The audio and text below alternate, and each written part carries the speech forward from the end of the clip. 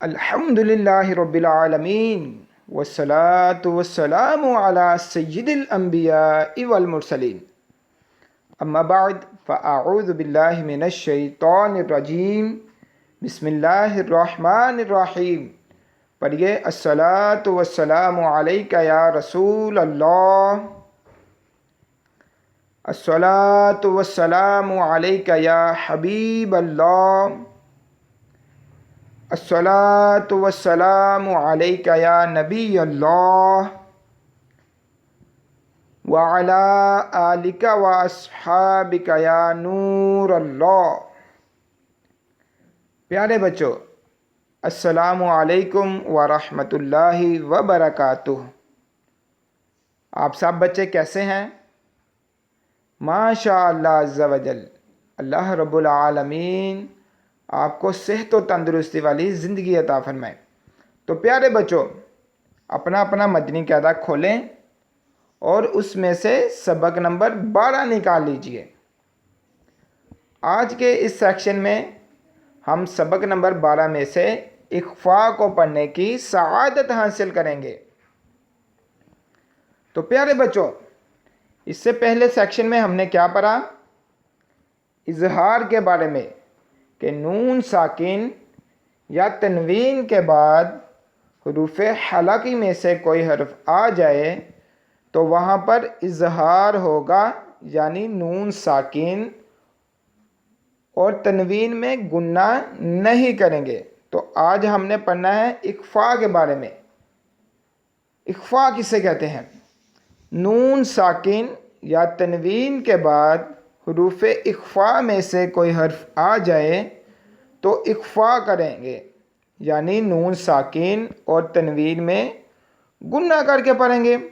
अब हमें कैसे पता चलेगा कि हुरूफ इख्फा कौन कौन से हैं? तो प्यारे बच्चों, ज़रा गौर से देखें, इससे आगे हुरूफ इख्फा लिखे हुए हैं। हुरूफ इख्फा 15 हैं और वो ये हैं: ता, था, जीम, दाल, राल, जा, सीन, शीन, सौद, दौद, तो, रो, फा, कौफ, काफ।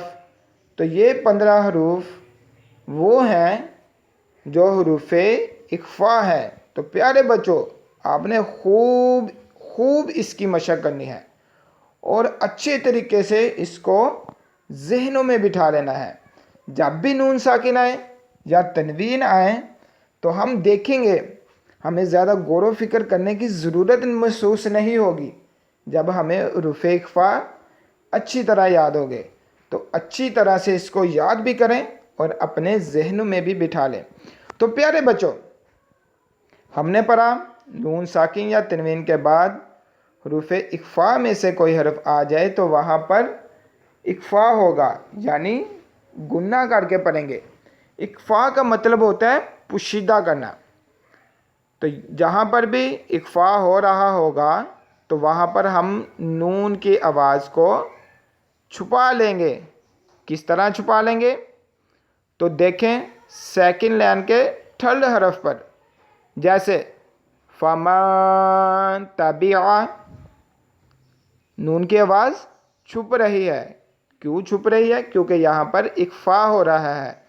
नून साकिन के बाद ता हुरूफ़े इख्फा में से है तो यहाँ पर नून की आवाज़ को छुपा लिया जाएगा। फमन तबिआ, फमन तबिआ नहीं पढ़ा जाएगा, नून की आवाज़ को जाहिर नहीं करेंगे। इसी तरह आगे देखें, मिन समरातिन, नून की आवाज़ को यहाँ पर भी पुशीदा रखेंगे। क्यों?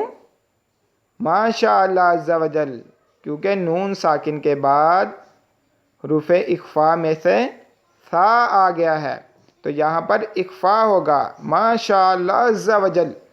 इससे आगे देखें, मिन जूइन, मिन दूनिकुम। इसी तरह आगे चलते हैं हम। तो लास्ट लाइन में देखें, नूहन हदैना। यहाँ पर क्या हो रहा है जी? शाबाश, यहाँ पर इजहार हो रहा है। क्यों? क्योंकि तनवीन के बाद हा हुरूफ हलाकी में से है, तो यहाँ पर इजहार होगा। इसी तरह आगे देखें, फ़सब्रुन जमीलुन। यहाँ पर क्या हो रहा है? माशाअल्लाह अज़्ज़ा वजल, यहाँ पर इख्फा हो रहा है, क्योंकि तनवीन के बाद जीम हुरूफ इख्फा में से है। तो इख्फा के बारे में हमने पढ़ा कि नून साकिन या तनवीन के बाद हुरूफ इख्फा में से कोई हर्फ आ जाए तो वहाँ पर इख्फा होगा, यानी नून साकिन और तनवीन में गुन्ना करके पढ़ेंगे। शाबाश। इससे आगे देखें, खल्क़िन जदीदिन। यहाँ पर भी नून की आवाज़ को पोशीदा रखेंगे। अब आप कहेंगे कि यहाँ पर तो नून लिखा ही नहीं हुआ। तो प्यारे बच्चों, हमने पढ़ा कि जहाँ पर भी तनवीन होगी वहाँ नून साकिन की आवाज़ आती है।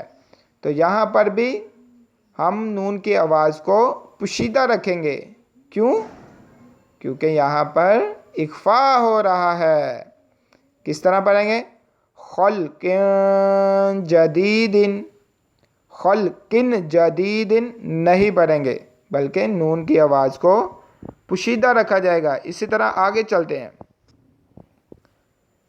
इसकी भी फर्स्ट लाइन पर सेकंड जो लिखा हुआ है वो पढ़ते हैं, कसान दिहाकन।